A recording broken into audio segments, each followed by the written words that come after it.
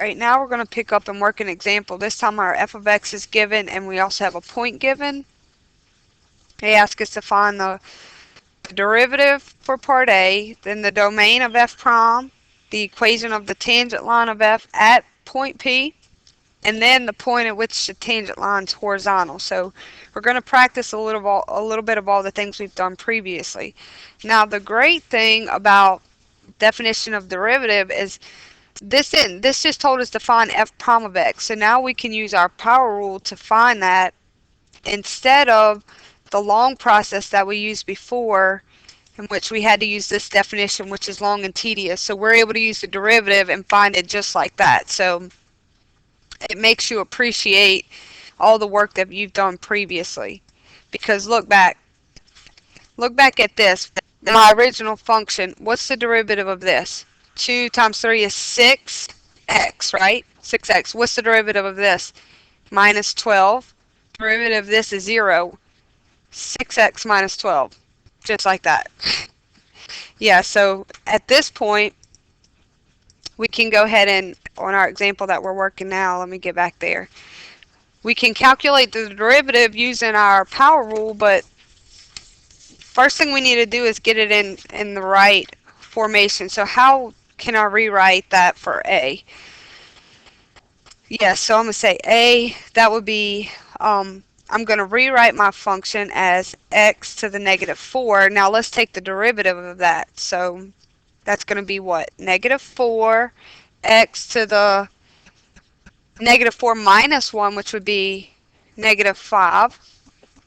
Or that's perfectly fine to leave my derivative in that format if I'm just asked for the derivative. But what's part B asking me?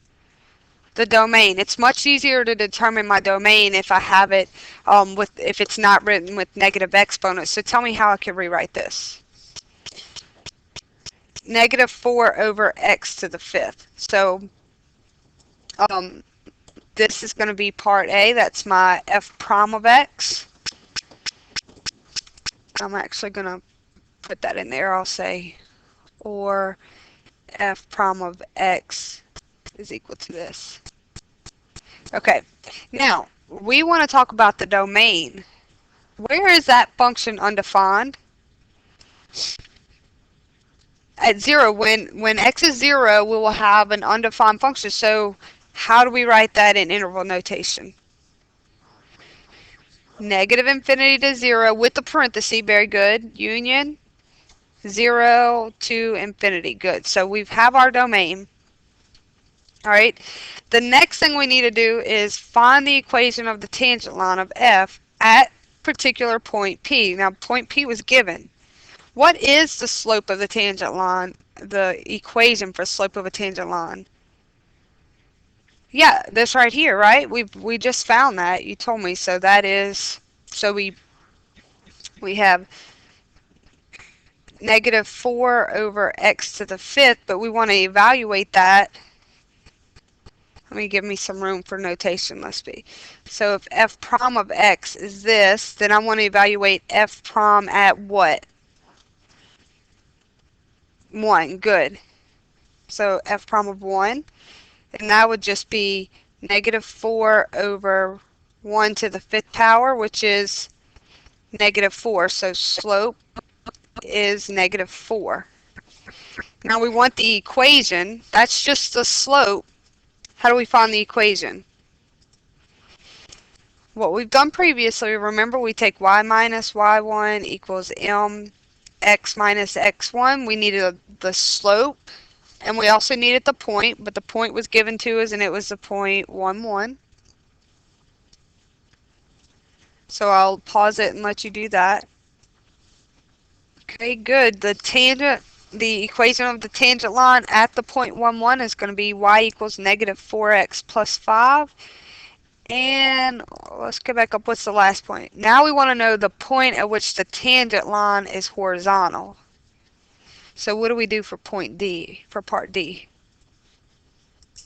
Okay, so we have f prime of x is equal to 0. So I'll have negative 4 over x to the 5th is equal to 0. If we put that over 1 and cross multiplied right there,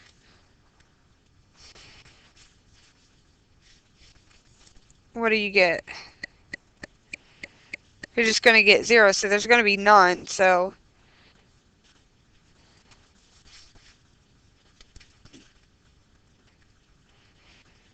you'll get no value there because you would just get -4 is equal to 0, which that just tells you that there's none. There's no case in which that's satisfied.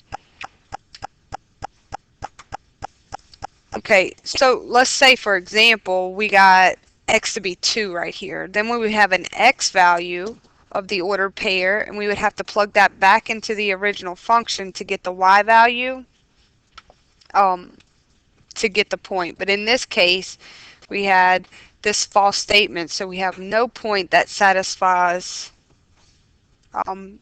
where the tangent line is horizontal.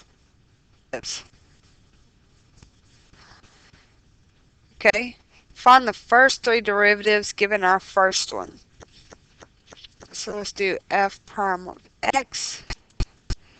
So I'm going to show this the first time, so I'm going to say 7/3 times the 3 that was already there, x to the 7/3 minus 1. Now you can do all that, the calculations in your head without having to show all those extra steps if you're at that point now. But basically these 3's cancel one another out, and so what do we have? 7x, and then 7/3 minus 7/7 is just going to be, 3/3 is going to be what? 4/3. Yeah. So 7x to the 4/3. That's my first derivative. So now the second derivative, I take the derivative of this function.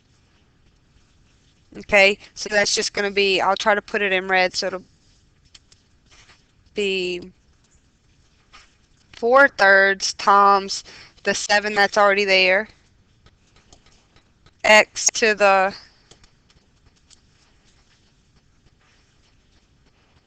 4/3 minus 1. So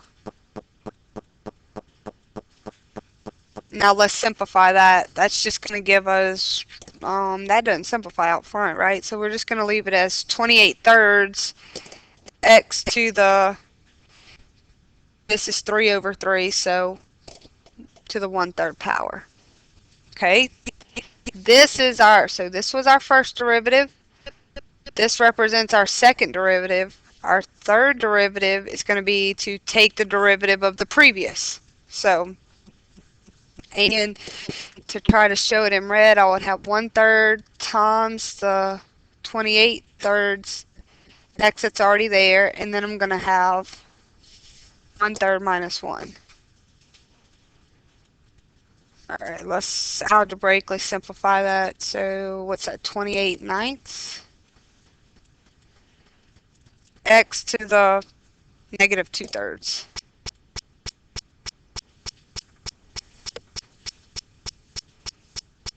And when we're just calculating derivative and we're not necessarily doing anything with the domain or anything else, it suffices to just leave it like that.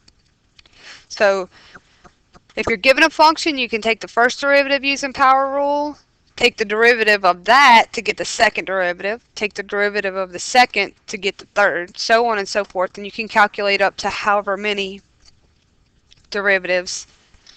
Alright, let me give you another one of those to practice.